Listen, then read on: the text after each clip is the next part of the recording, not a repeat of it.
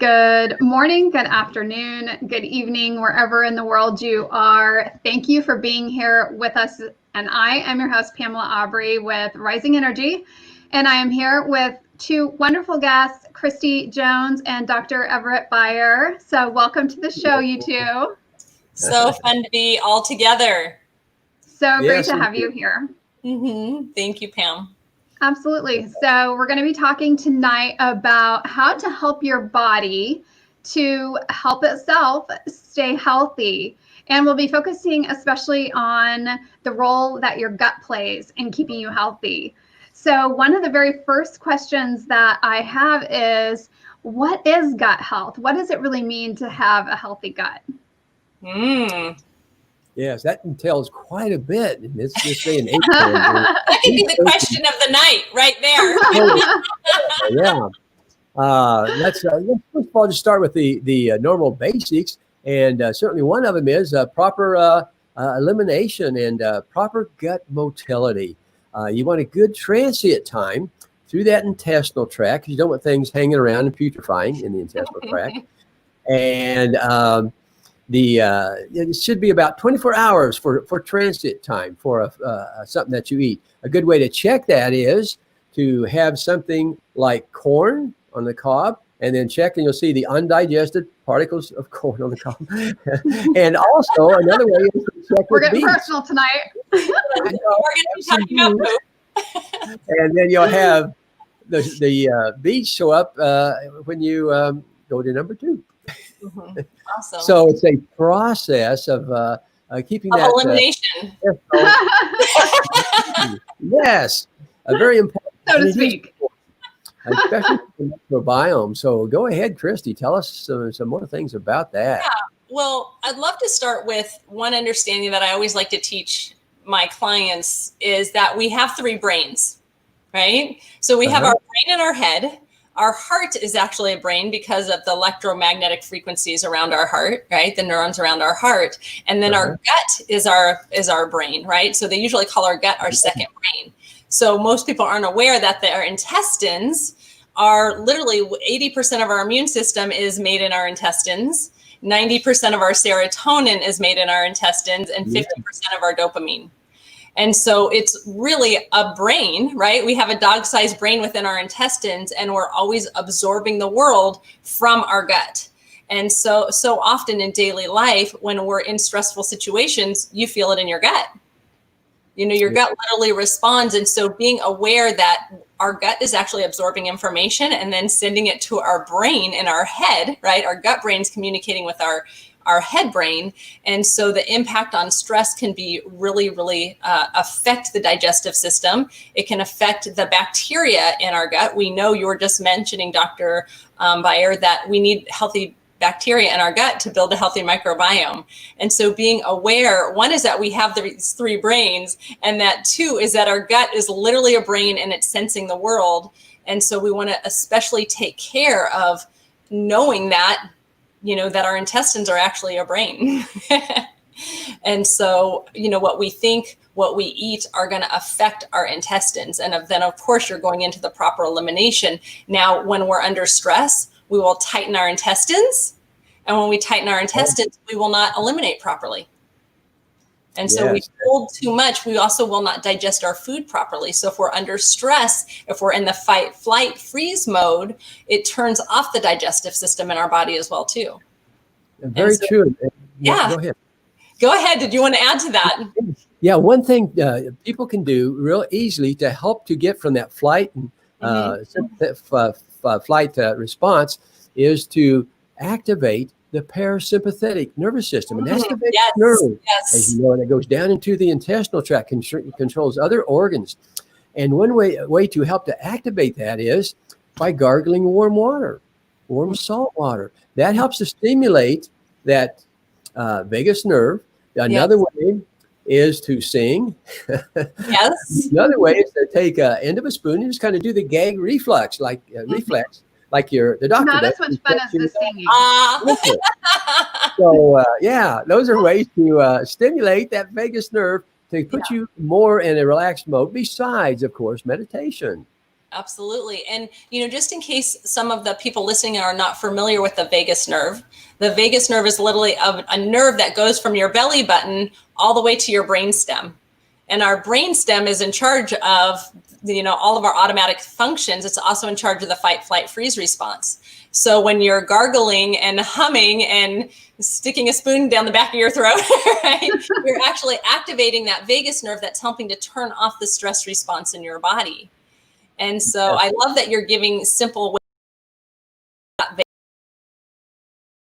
Bringing up another point is that for our gut to be healthy, we actually need our intestines to be warm. And so you were talking about gargling the warm water. I'm a big advocate of exercises that increase the temperature of your intestines. So, what science has found is that when you do simple like mindfulness exercises, you can actually increase the temperature in your body. You can specifically increase the temperature of your intestines, and that's going to help the bacteria. It's also going to help turn off that stress response in your body as well. And I do just want to kind of just throw out there, we're not necessarily recommending that you, put a spoon or something down your throat. I mean, that may not be the solution for everyone. And sometimes that can be counterproductive, certainly in certain situations, especially if you've got any kind of structural issues or things of that sort. So, we're not necessarily saying that's something you should do. We're just saying that is one way that you could stimulate it, although it may not be the best way. Right. There's ways that are much more fun. And I think all of us, one of our commitments is that health is fun. Yes. We want to enjoy it. Yeah. And we also want to be educated and understand some of these things that we're just not normally taught about our digestive system. And so, very true. Yeah. The importance of it is just incredible. Yeah. In fact, the lining of it will actually cover a whole tennis court. Isn't that amazing? That's incredible. Layer. Yeah. It's very important to keep that healthy. And that barrier breaks down. People start having problems, as everybody probably heard, with leaky gut. And we want to keep that happy and certainly intact to prevent those types of chronic degenerative changes, which is being, at this point in time, quite epidemic. In fact, in the 1960s, there was only about 4% of the entire population of all ages that had chronic degenerative diseases. But here in 1915, 1916, 60% of the kids are starting to have chronic degenerative disease. And that doesn't include the adult population. There's a reason for that, and it certainly's got to start in that gut. In fact, who was it? Pythagoras that said all diseases start in the intestinal tract. And so it's very important to keep that healthy and to keep that single cell layer intact. And that's certainly what we want to do with that microbiome. Absolutely. And there are some foods that can really help us in that way as well, correct? Absolutely. There's, in fact, I'll encourage people to do some intermittent fasting or some fasting. And when they break that fast, we want them to nourish the lining of that intestinal tract and to eat foods that do that. And some of the best foods for that's going to be things like asparagus. These are considered to be like prebiotics. And it's because of the fiber content of those foods. And that can be asparagus. One of the best is going to be artichoke. Artichoke, the leaves of the artichoke, as you dip them in the butter and have those. It's always kind of fun. I try to have one or two a week. It helps to build up the fiber for the bacteria, the good bacteria, to eat and nourish themselves. Okay. Yeah. But the other thing it does, and this is so important, this has been somewhat missed, is it increases the bile flow. And we have to have that gallbladder working properly because it receives the residue from the liver's processing of poisons and toxins out of our blood. And it's eliminated into the bile. And if the bile is not being eliminated properly, if you're starting to have stones, or if it becomes sluggish, that becomes an effect upon your whole system. In fact, low thyroid, 80% of the females over 40 years of age will have sluggish bile elimination and that's affecting the thyroid. The thyroid then becomes sluggish, and this is why the thyroid is like a canary in the coal mine. It's the most sensitive endocrine gland, and when it becomes affected with things like environmental toxins, it will happen first to the thyroid. It then becomes sluggish. We have so many cases and problems in the general population of hypothyroidism. Yeah. And they haven't even looked at the gallbladder and the elimination. So we're going to be talking here a little bit later on about foods to help stimulate that gallbladder. One of them is the artichoke. Yeah. Isn't that wonderful? And I love when we're talking about prebiotics and making sure that we're on the same page with it. The prebiotics are really the fiber you get from your fresh fruits and vegetables. Yes, indeed. Right? So when you're eating your fresh fruits and vegetables, preferably organic or homegrown without any pesticides, you're really feeding those bacteria. You know, we have thousands and thousands of these bacteria in our gut that it's literally, when we have those bacteria, it's going to determine our health. If our bacteria are depleted, you know, that's going to affect our health. We might notice digestive issues. We might notice more signs of disease in our body. It even affects our emotional state. Would you agree, Dr. Beyer? Oh, absolutely, because that can affect our serotonin levels, that can affect the GABA levels, and the other important aspect, I think you might have mentioned it already, is that the microbiome, the bacteria in our intestinal tract will actually send signals to our brain, and it actually receives them back. We're all such in a unity of oneness within our own functioning with the microbiome, and we're seeing that throughout the world and throughout nature. It is just incredible what's happening. Amazing. The divisions are going to be gone, and it's all going to be one. Yeah. You know, and would it be okay? Can I show you a couple exercises I use to heat the abdomen, right? We talked about having good circulation actually to our intestines, and that can help with proper eliminations. You know, and we've been talking about, it's actually so important. People don't realize that you've got to have a clean colon. If not, that old food is trapped in your body and recirculates. I know this sounds disgusting, but it can cause problems, right? Staying in your body. So we want to make sure we're getting things out by making sure we have a routine that allows our body to relax. And some of these exercises that help increase the warmth in our abdomen can help, once again, help with proper elimination. So I'm going to stand up. You won't see my head, but I want to show this because in my space, I don't have enough space to show you sitting down. No, that's great. But I wanted to show you, I mean, some of you might be familiar. There's, you know, I teach something called body tapping, where we'll tap our head, our heart, and our abdomen, but you can also just directly tap right under your belly button. And you can make your hands in a fist, and right about 3 fingers under your belly button, you want to tap this point right here.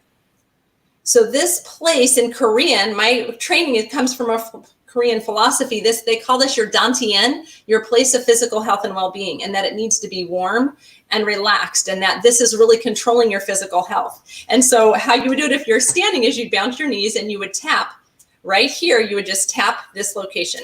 You can do it sitting down as well, and then you don't have to bounce your knees, but it's just bringing that circulation to that part of your body.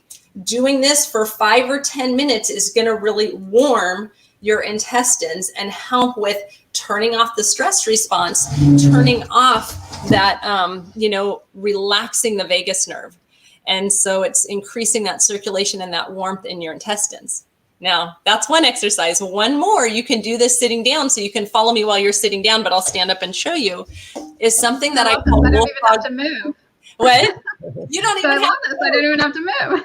It's called bullfrog breathing, and what you do is you put your thumbs right over your belly button, and you make a little heart right around your belly button. And then what you want to do, your breathing is not going to need to match, but you really want to push your intestines out and then pull them back to your spine.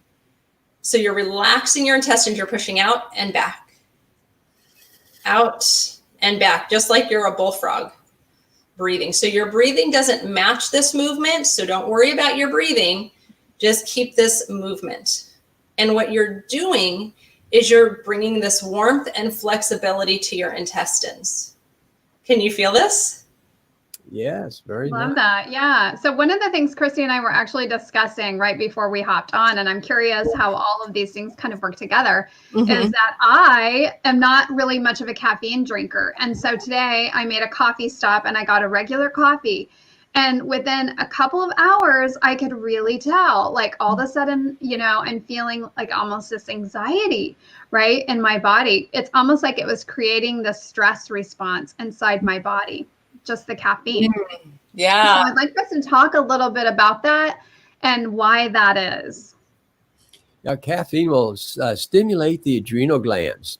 And particularly in this day and age, most people are having a million things to do at once. And so that kind of stresses them a little bit. And then the caffeine gives another stressor to those adrenal glands. So being off of it, and particularly if you're eating quite healthy as you are, Pam, and not having much caffeine, when you have it, you're going to notice it. And it's going to give you a higher stimulation or a higher buzz from that caffeine because your body has been not used to having that, let's say, on a daily basis. So that can certainly be an effect for the adrenal glands. And when we detox people and want to get their nervous system in balance, we want them to come off that caffeine so they can relax, get in the parasympathetic, and do some warming exercises. Well, and I've also heard, and I've heard this via doctors, that coffee can actually be somewhat unhealthy for the gut, that it's actually, it's effective as a colonic, but not necessarily when we ingest it orally. And so I'm curious if that's because of the processing it goes through, or if it's just the caffeine that's having that effect. Certainly the processing, particularly for drinking decaffeinated coffee, it has aluminum residues in it. And you don't want that. It's going to be better to have regular coffee without the aluminum, because aluminum is quite toxic to our system. It settles in the tissues, particularly the brain cells, and interrupts neurotransmission. Yeah. So it's important to keep it fresh and healthy, and make sure that you're able to do some breathing exercises and relax and keep focused on you and your system. And like you are, Pam, you can tell when something is, wow, that was quite a... Right. Yeah, the good thing is your body knows when it's getting something that it doesn't agree with. Yes, it definitely does. Right away. Yeah, and I'd like to just go back to the bullfrog breathing a minute, that doing 50 to 100 of those a day is a really good place to start. And if you can just make that as a practice, once again, it's also relaxing your body. You can actually do it more as a meditation as well. But if you can get up in the morning and you can tap your abdomen, do 50 to 100 of the bullfrog breathing, you're really going to be warming your abdomen. It's going to help with the healthy bacteria. It's going to help turn off the stress response in your body. And so those are just some really simple practices you can do, along with doing the humming and the gargling, that help relax our body and really are tools to build a healthy digestive system. Yes, having the digestive system healthy, warm, and stimulating the parasympathetic vagus nerve. Christy, would that be also good for before eating? Let's say before eating. Yeah, I mean, absolutely. You can do that before. You can do that before eating too. You can actually do that bullfrog breathing with if you're driving, you wouldn't have your hands on your gut, right? But you could be driving and you can be sitting in traffic and you could just be pushing out your intestines and pulling it back. And did you feel that flexibility as you were doing that? Yes. Right? You're just pushing it. So you can do it before you eat. You can do it when you're driving in the car. You can do it when you're sitting at a meeting. Right? Anywhere, nobody has to see what you're doing. And so you can be promoting gut health anywhere you're at by doing that bullfrog breathing exercise. And you really want to work up to, if you can, up to 300 a day. Because the more we're warming our abdomen, this is just a simple way to warm your abdomen and relax your intestines. Our intestines need that flexibility. What happens is in daily life, we absorb what's happening in life and we're holding that tension in our gut. That makes our intestines like a garden hose that's been left in the sun. We need our intestines to be warm and flexible, like a new garden hose that's flexible, right, and not cracked. And so once again, this is just really helping to release that tension from our body and create that warmth and flexibility in our intestines. And so it's turning off the stress response. So it's activating the vagus nerve, relaxing that, and then creating that warmth for our healthy bacteria. And then it's promoting healthy elimination. Yes, very Love it. Mm-hmm. Yeah. Well, and so what kind of role do probiotics play? I know that they've become a very kind of popular supplement in the last few years. And I know that there's kind of these mixed reviews. Some people are saying don't take them too often or too much. Mm-hmm. And then others are saying take them consistently. Yeah, the important thing is have good flora in your intestinal tract, and you need some probiotics. A nice way to get that is going to be from some fermented foods. For instance, that's a very nice way to get some. Also, a kefir, and instead of dairy, you might try cocoa, which is coconut kefir, and that's got the good probiotics, certainly without the dairy. Also, sauerkraut, particularly homemade sauerkraut. I always wondered, because I'm from the Midwest, and my dad was raised on the farm, and when I was growing up, and particularly in college even, I would see on TV or the radio, they'd have always talk about the oldest person that day that had a birthday, and they'd all be from Kansas or Nebraska, and they were all farmers. And I go, I wonder why that is. Why is that? Well, a couple things. One, they're always grounded in the earth, okay? Mm-hmm. But also on the farm, they're always having all the good vegetables and fruits that they grow, but also they make their own things like probiotics, sauerkraut, and these are things that are particularly very, very important from generation to generation. That microbiome is passed down. Different cultures with different foods will have a different set of a microbiome of probiotics in their system. So what I want people to do, instead of taking the same probiotic every day, mix and match. Have one day, if you have another bottle of another kind, take that. And just kind of switch in and out, have your different fermented foods, and keep that intestinal tract healthy and happy. This is so vital to overall health, and the discoveries and research that's coming out, it's just so hard to even keep up with it. Yeah. Affecting diseases and causing and helping to prevent different types of diseases. Yes, we're all about prevention, right? Yeah. And so following these things can really help our bodies to be healthy. And I love what you're saying, Dr. Beyer, that you don't want to just have a probiotic and take that one brand of probiotic, because we need thousands and thousands of different probiotic. So getting the fermented foods and the kefir and, just such a variety of, you just want different sources. And then even if you buy sauerkraut, you want to get different brands, because you don't want the same bacteria. You want as many varieties of bacteria, of healthy bacteria, as you can. And, one of the things that I love recommending to people too is going outside in nature as much as possible. I know we've been a little bit limited, but Pam, that hasn't stopped you. No, absolutely not. So the trip you took of traveling and going to different forests and different locations, when you're outside in nature like that, you are being exposed to different bacteria. Yeah. You're breathing in those bacteria through your sinuses, because our digestive system starts in our sinuses, and that's going down and populating our gut. Now, if you're eating your fresh fruits and vegetables, those are the prebiotics that are going to feed those healthy bacteria that you just were breathing in. And then if you're also getting your fermented foods, those are your probiotics that are also going to help them as well.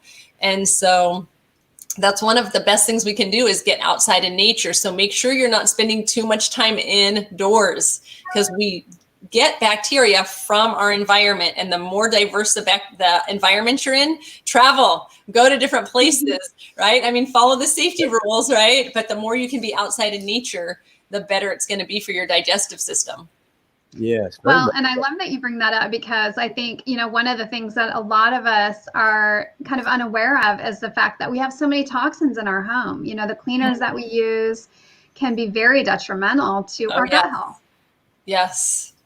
Yeah. That's something that I'm such a big advocate of, because anything we put on our hands will absorb into our bloodstream within a minute.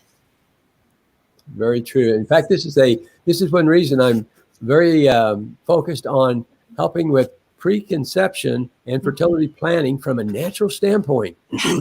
Watch this. Newborn babies in their cord blood will have over 200 toxins at their first breath of life. This is why we want to do preconception planning to help eliminate as many of those toxins as we can for both mom and dad. And this is one reason why couples are not even able to become pregnant and they're infertile because of these environmental toxins in their home, in the environment, in the food, air they breathe, and even it affects our immune system. There's studies coming out with Dr. Zach Bush concerning the coronavirus and what's happening with that, and the effect of air pollution and the increased detrimental effects to the lining of the lungs and etc. So very important to keep the toxic burden very low in our system. Mm-hmm. And this is why it's important, and this is so amazing, why it's so important to have proper bile elimination with your digestion. Yes. And the best way to do that is have some bitters before you start eating. And here's some simple bitters. Some of you probably already say, well, I know that, but you're not doing it. Here's the quick and easy way. Get some apple cider vinegar. Take a spoonful of that. Put it in water because it's pretty strong. Straight. Put a little bit of water. Drink that down. That turns on the bile and the digestive juices. They start flowing, and it gets that elimination. Now, this is why it's so important to have proper bile elimination. It eliminates, see, all the poisons and toxins that have to be processed through our liver through phase 1, phase 2 detoxification. Well, once the liver has done that, guess where it sends them? To the bile to be eliminated. If the bile is not being properly eliminated because of it being sluggish, because of having sand in it or gravel, or because of gallstones, it doesn't happen. Then those toxins become reabsorbed into our system, affecting the thyroid. This is so connected. It's so important, but it's been so overlooked. So take care of that bile. Yeah. so I have some bitters, and certainly So you recommend really taking the apple cider vinegar right before you eat? Yes, and there's other things that you can do. You can actually take some tablets that will have some bitters in it, and also have some beet juice and things like that, because that helps with bile elimination. And once again, food, the artichoke really helps the flow of bile, plus increases your glutathione in the intestinal tract and lining by 50%. Are you kidding me? That's just so incredible. Wow.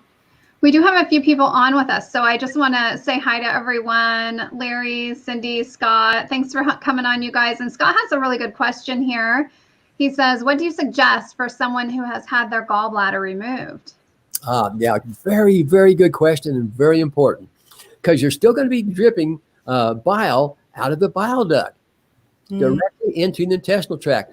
All the more important reason to be taking the products or something that's going to help that bile flow, bitters, before you eat. So you get the bile flowing out at that time, and it's going to help with fat absorption. You have to have fat absorption. Bile is very important for fat absorption. Without fat absorption, your thyroid is not happy. You will not be getting thyroid hormone produced like you need. In fact, having proper bile flow stimulates another enzyme that takes T4 into the active form of T3. So you have to have that happening. You have to have bitters and products that will help with that before you start eating or as you're eating. Very good question. And Dr. Byers, when you're saying bitters, is that the apple cider vinegar, or is there something else that's also called bitters? Oh, there's apple cider vinegar. That's going to be lemons, limes. Okay. There's actually you can probably get some liquid bitters at the health food store. Probably people used to take it all the time. Yeah. But okay, I wanted to clarify just so we make sure that we're on track, right? And thank you. What I'm hearing you say is that if you've had your gallbladder removed, it's still dripping down, but now directly into the intestines. Yes. So that flow is still just as important. It's just going directly to the intestines. Exactly, without being stored in a gallbladder, which is basically like a tank that stores oil. Okay. You don't have the tank; it's still coming, still flowing. So you want to maximize it at the time you're eating with your bitters. So still take your apple cider vinegar or your lemon juice or something like that. Lime, lemon. Okay, wonderful. Yeah, and Scott's saying he drinks his apple cider vinegar every morning with lemon, cranberry juice, and sea salt. Yes, very good, very good. Wonderful. We also had another question from Cindy, and she says, do you do the ACV in the morning or every meal? So she's asking, are you doing the apple cider vinegar before every meal or just in the morning? Yes, every meal. Absolutely. Every meal you're going to be digesting and having to absorb food and process it. And that's going to help turn things on. But certainly doing it once a day is certainly better than none. But if you can do that before each meal, particularly watch this, after the age of 40, the gallbladder in about everybody is significantly slowed down. So it's secretion of bile like it did when we were 21, let's say. So it's very important to keep that going, and certainly as much as you can before each meal. Okay. Oh, that's wonderful. Yeah. And at one point I would say I even experienced an issue where I noticed coffee again was affecting my gallbladder. Is that common, or is that just something that happens on occasion? It might be something that's just kind of irritating the gallbladder. There's three things that are very allergenic to the gallbladder.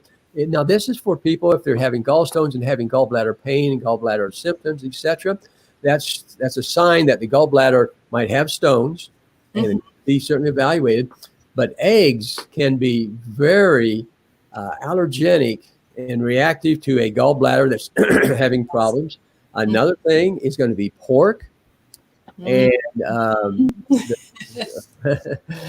eggs, pork, and there's one other thing which slips my mind at the moment, but those things are the most common things that will irritate the gallbladder. In fact, back in the 1930s and 40s, when people had gallbladder attacks, they put them in the hospital. They just take them off all food, and the attacks would clear up because it's the kind of like it's the food allergies that can precipitate a gallbladder problem, and that could be perhaps anything, but certainly those couple things, and one other that's very most allergenic to that gallbladder. Yeah. And I think in general, we're seeing that things, we know when we're talking digestive health, just to clarify for anybody that's new to this conversation, that we know that wheat and dairy and sugar, processed foods are all very inflammatory to the gut and very damaging to our digestive system. So I always just want to, a lot of people know this stuff, but some people might be listening that are new and not be aware of the effects of wheat on their digestive system or some of these other foods. Yes, wheat, the gluten in it. And this is for everybody. And people might not have any symptoms when they have it. And what's happening, the brush border in the lining of the intestinal tract is getting irritated by the gluten. And a lot of people might be able to heal that up before their next meal of it and have no problems. And maybe later on, they start having problems as they get older. But for other people, it might irritate it, and they just can't have any at all at any time. So give it a try. Just go without bread and gluten and wheat for a week, 3 days, and see what happens. See what you notice, especially if you have inflammation in your body in general. Try getting wheat out for a week and see what happens. Very true. I'll clear up the inflammation of those joints and fingers and hands. Very nice, Christy. Yes, absolutely. And I think Scott had another question. Did you? I was just going to say, yeah. So Scott also asked, is there truth to the apple cider vinegar affecting the enamel on teeth? And is drinking it every meal okay for your teeth? That's true. You don't want to keep it in your mouth, and you want to wash it right down with the water afterwards. Because it is acidic. So shoot it back. Do a shot. Try and avoid your teeth. use that chaser. That's a great question, because one of the things I'm such an advocate of is boiled lemon water, taking a full organic lemon and slicing it and boiling the whole thing. And because it's the white in the peel that's so good for you. And at the same time, lemon's acidic too, and that can be hard on your teeth. So, I guess it's like you were saying, is making sure you drink some water, washing it off your teeth so it's not staying on your teeth is super important, because it's so good for your gut. Exactly. In fact, you want your gut to be acidic, because an acidic gut will prevent the pathological organism from causing problems for you. So you want the acidic lactobacillus, acidophilus. That's acid forming, loving. I never thought about it that way. Yeah. So you want your gut to be acidic. And so you want those types of food. That's what it starts with the hydrochloric acid. And the other thing, people, as they get older, they'll decrease their production of hydrochloric acid. Hydrochloric acid will stimulate bile secretion of the gallbladder for your digestion. So all these things are certainly coordinated and connected, and very important. Send the right signals at the right time, and keep things happy.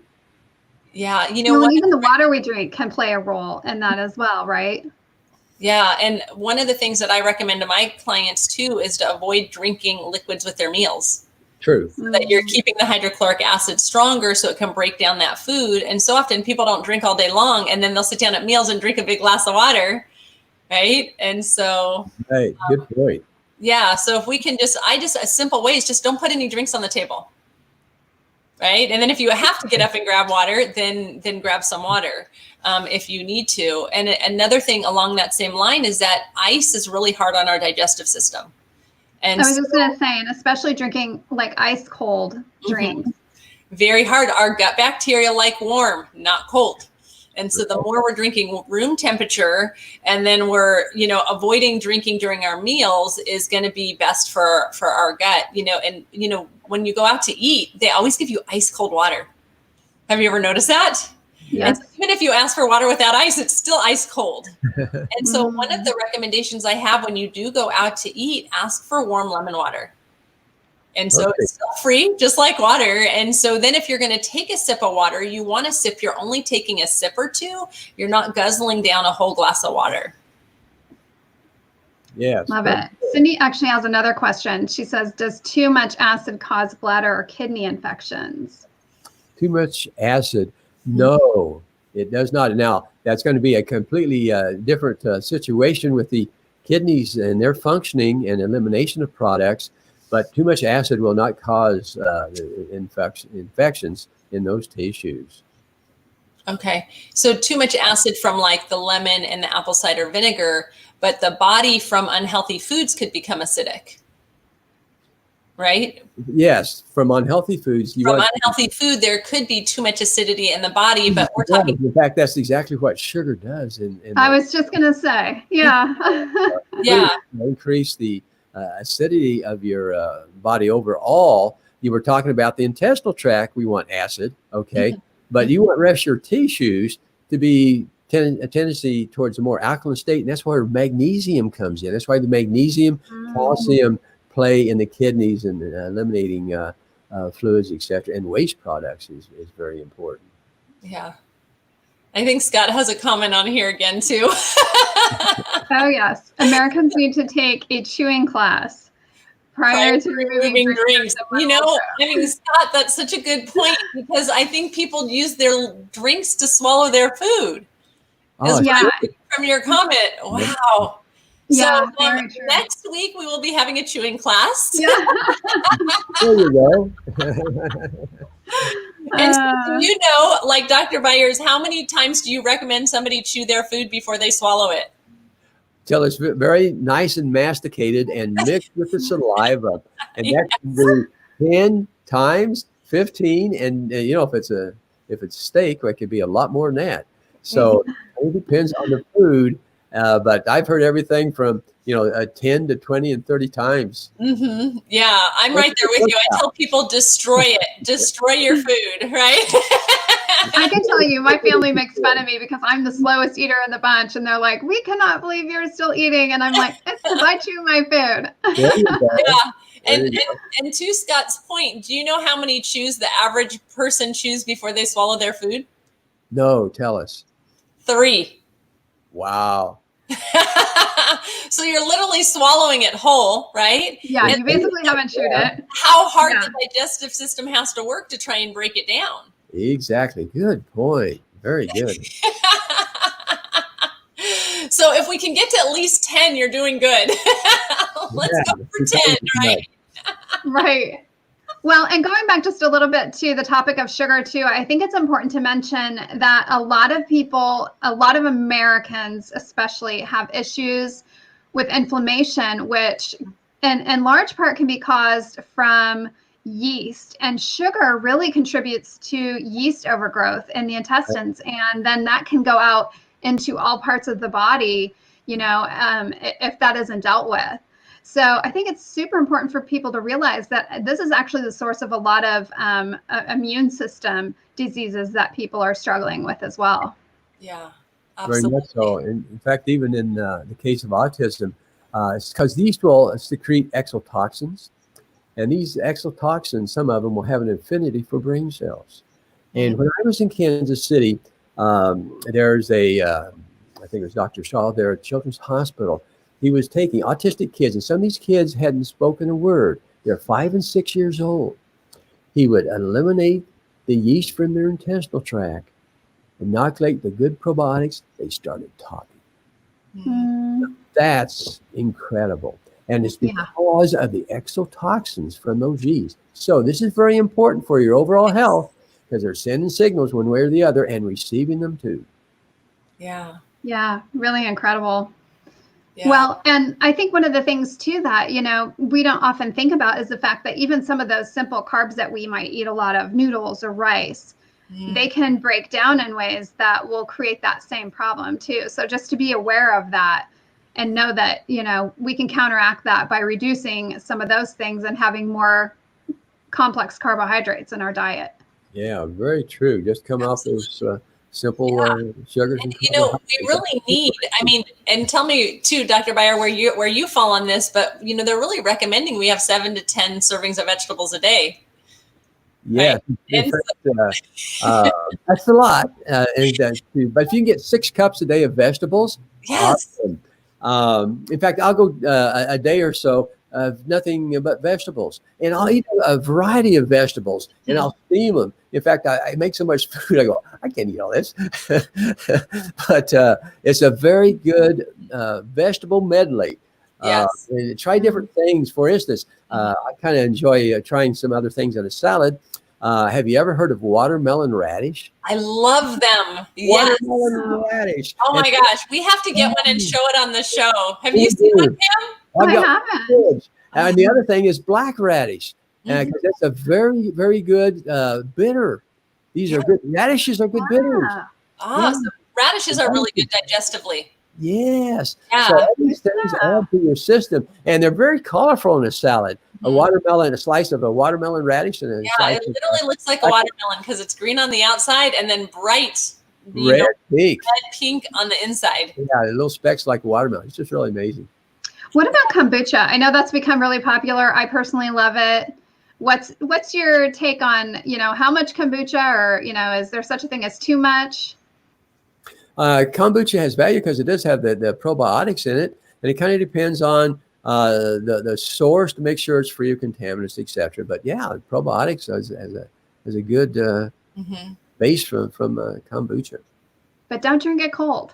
Yeah. That might be hard. If you can drink some, kombucha, you're good. I always make the kombucha cold. Yeah, they're just cold, but just some people will use so much ice, right? Like everything's cold, and so when we're having like our warm lemon water or our herbal teas that are like ginger tea, or another thing that I love is parsley tea. Ginger's bitter, by the way. Go ahead. Ginger's a bitter. Okay, awesome. I like it. We need to make a list of bitters. Yeah, exactly. There might be some that we might not know, but another one that I love is parsley tea, just taking organic parsley and then pouring boiling water over it, because that's really good for for healthy blood and for our body as well. Yeah. Well, and very good. With that, Dr. Beyer, I love that you brought up ginger, because that's actually something I've taken as a supplement for a while. But I'm curious what the advantages of, using, say, raw ginger, over the supplement would be.